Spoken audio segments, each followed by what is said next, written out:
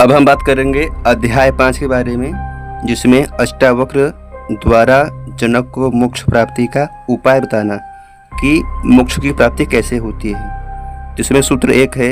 अष्टावक्र जी कहते हैं, न ते संगोस्ति केनापि किं शुद्धः त्यक्तुम इच्छसि संघात विलयम कुर्वन् एवमेव लयम ब्रज। इसका भावार्थ है, महर्षि अष्टावक्र जनक को मोक्ष का उपाय बताते हुए कहते हैं कि तुम्हारा किसी से किसी प्रकार का कोई संग नहीं है, क्योंकि तुम शुद्ध हो। तब फिर किसका त्याग? इस शरीर के अहंकार को छोड़ते हुए मोक्ष को प्राप्त होगे। मुक्ति की अनुभूति करो। इसकी व्याख्या है, जनक के उत्तर को सुनकर महर्षि अष्टावक्र को विश्वास हो गया कि जनक को जो कुछ अनुभव प्राप्त हुआ है और जिसकी अभिव्यक्ति उन्होंने की है वे आत्मानुभूति है। वह आत्मानुभूति की प्रतीति नहीं है। आत्मानुभूति से उपलब्ध होने वाला आश्चर्यमय आनंद थामे नहीं थम रहा जनक से। जिस समय पूनम की चांद की किरणें समुद्र की लहरों को उछालती है, उस समय ऐसा प्रतीत होता है मानो समुद्र अपनी सारी सीमाएं तोड़ देगा। कुछ ऐसी ही स्थिति जनक की है। अतः जब इस प्रकरण में अष्टावक्र जनक को मोक्ष का उपदेश कराते हैं, महर्षि अष्टावक्र कहते हैं कि जब आत्मज्ञान की अवस्था में तूने जान लिया है कि तू शुद्ध चेतना मात्र आत्मा है, तेरा कोई भी संगी साथी नहीं है, तू अकेला है, फिर तू किसका त्याग करना चाहता है? त्याग उसका किया जाता है जिसे तुम अपना मानते हो, परंतु जो तुम्हारा है ही नहीं उसका त्याग तुम कैसे कर सकते हो? यह सब जिसे तुम अपना मान बैठे हो वह मात्र देहाभिमान के कारण है। देहाभिमान के कारण ही यह जगत अनंत शरीरों वाला प्रतीत होता है, और मनुष्यों में जो आपसी संबंध है वे सब देहाभिमान के कारण ही है। इस देहाभिमान के कारण ही आत्माओं में भी अंतर दिखलाई पड़ता है कि जितने शरीर हैं उतनी ही आत्माएं हैं। शरीर अनंत है, इसलिए आत्माएं भी अनंत हैं। यह तेरा मेरा अपना पराया इत्यादि के सारे भेद भी देहाभिमान के कारण ही हैं। इसी देहाभिमान के कारण व्यक्ति पदार्थों को अपना समझकर दान करते हैं, उनका परित्याग करते हैं। यह मोह, लालच, ममता इत्यादि भी देहाभिमान के कारण ही है। यह धन, दौलत, महल, पत्नी, पुत्र संबंधी आदि का परित्याग करने से कुछ भी नहीं होगा। शरीर का अहंकार ही सबसे बड़ा बंधन है। इसको यदि त्याग दिया जाए तो मोक्ष की प्राप्ति हो जाती है। यह देहाभिमान ही अज्ञान है। दीपक जल जाने पर अंधेरे का त्याग नहीं करना पड़ता, क्योंकि जो है ही नहीं उसको त्यागना कैसा? इस देहाभिमान के कारण ही तुम्हें यह भ्रम हो गया था कि यह मेरा है, इसलिए त्याग की बात सोचते हो। ज्ञान के प्रकाश में ही तुम्हें इस परम सत्य का ज्ञान हो सकता है। इस देहाभिमान का भ्रम समाप्त हो जाना ही मोक्ष है। अतएव तू इसे मिटाकर मोक्ष को प्राप्त हो। अब सूत्र 2 में कहते हैं, उदेति भवतो विश्वं वाधिधेरिव बुद्बुदः इति ज्ञात्वैकम् आत्मानम् एवमेव लयं ब्रज।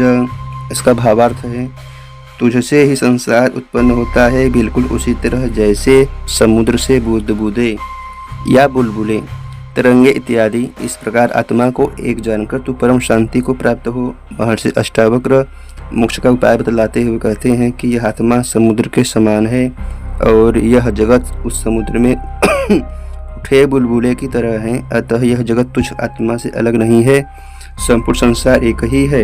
इस तरह तू आत्मा के एकत्व को जानकर मोक्ष को प्राप्त हो जा। अष्टावक्र स्पष्ट कहते हैं कि जब तक आत्मा के एक होने का ज्ञान नहीं होता तब तक बंधन रहता है। एवं इव इन शब्दों द्वारा बल दिया गया है कि वह एक ही है, यानी निसंदेह ऐसा ही है, इससे भिन्न नहीं है।